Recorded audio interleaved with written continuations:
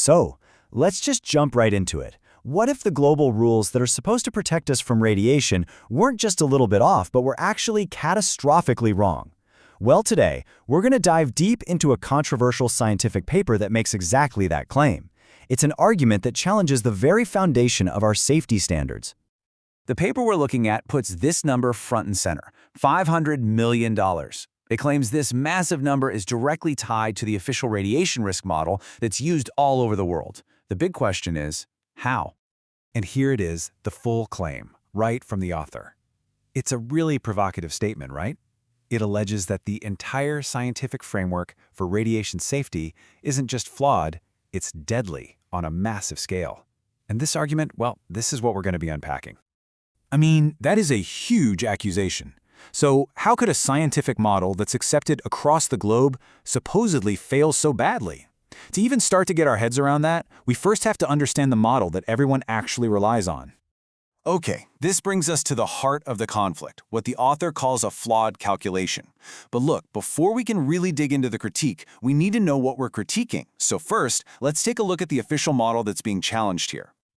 Right. So to get to the bottom of this whole thing, we've got to start with the official story. The scientific baseline that's been in charge of radiation safety for more than half a century.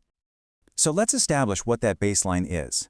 We're talking about the official risk model, the scientific standard that dictates radiation safety for every single one of us all across the globe.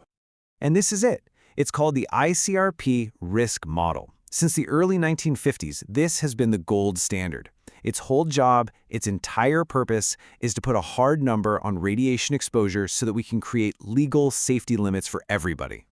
And, this model didn't just appear out of thin air. You can see on this timeline how fast things moved, from discovering X-rays to the dawn of the atomic age.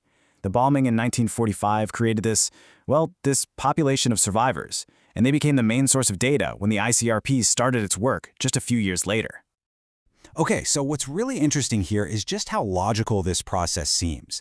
You take a group of people who were exposed, you measure their cancer rates, and you compare that to a control group.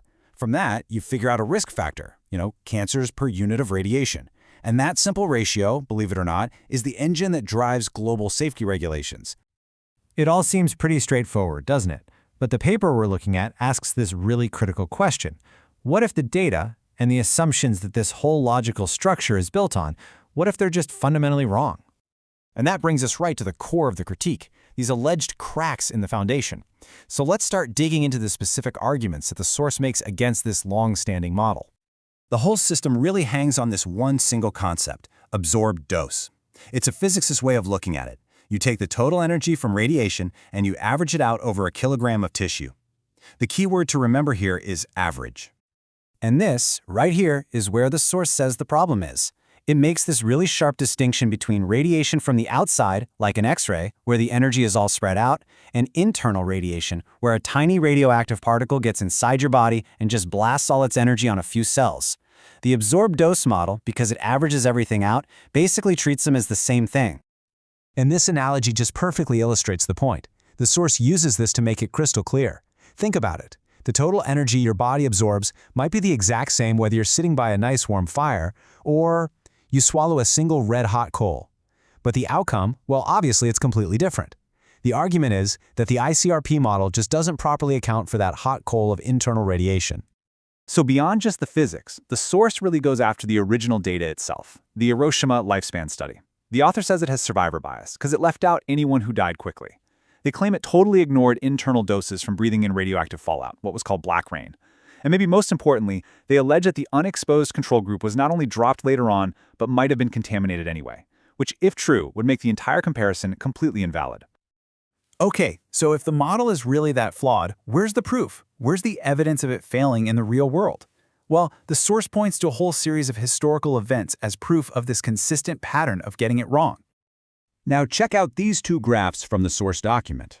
On the left, you can see the official safe limit for radiation exposure just plummeting over the last century. And the graph on the right links every single one of those drops to a specific event or a discovery, from weapons fallout to Chernobyl. The argument is that each new tragedy forced regulators to admit that the previous safe level wasn't actually safe at all. This timeline really lays out the events the paper claims forced all those changes. You've got the radium dial painters back in the 20s, dying from swallowing tiny bits of radium.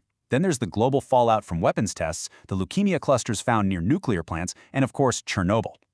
The argument is that each one of these events revealed a deadly reality that the official model was just failing to predict. So the takeaway here is crucial. The source isn't just listing these as a bunch of isolated accidents. It's framing them as a clear historical pattern. A pattern that, from its perspective, proves the official model is consistently and dangerously wrong, especially when you're talking about radiation that gets inside your body. So, with all that historical critique laid out, what's the solution? Well, the paper argues for a complete overhaul. It's basically a call to rethink how we calculate radiation risk from the ground up. Now, this is where things get really counterintuitive. The official model assumes a simple straight line. More radiation means more risk. Easy. But this graph from a study of nuclear workers shows what's called a biphasic response. Just look at how the risk level on the left actually spikes at very low doses. Then it drops, then it rises again. The source argues this is proof that the relationship is not a simple straight line, and that tiny internal doses might be way more dangerous than the model predicts. So, frustrated with the official model, the paper's author actually helped create a whole new body, the European Committee on Radiation Risk, or ECRR. And their goal was pretty simple: build a new risk model from scratch using all the evidence they believe the ICRP has been ignoring. And their solution is to bring in something called weighting factors. It's basically a system that's designed to put a thumb on the scale, to give way more mathematical weight to those internal hot coal particles. The idea is that where a particle is inside your body is every bit as important as the raw energy it gives off. And all of this brings us to the final critical question that this whole debate leaves us with. As we're all debating the future of energy, and maybe even turning back toward nuclear power, we have to ask ourselves, is our fundamental definition of safe built on solid science? The source we examined today argues, pretty emphatically, that it is not. And that leaves us with a profound and honestly an unsettling question about the science we trust to protect us.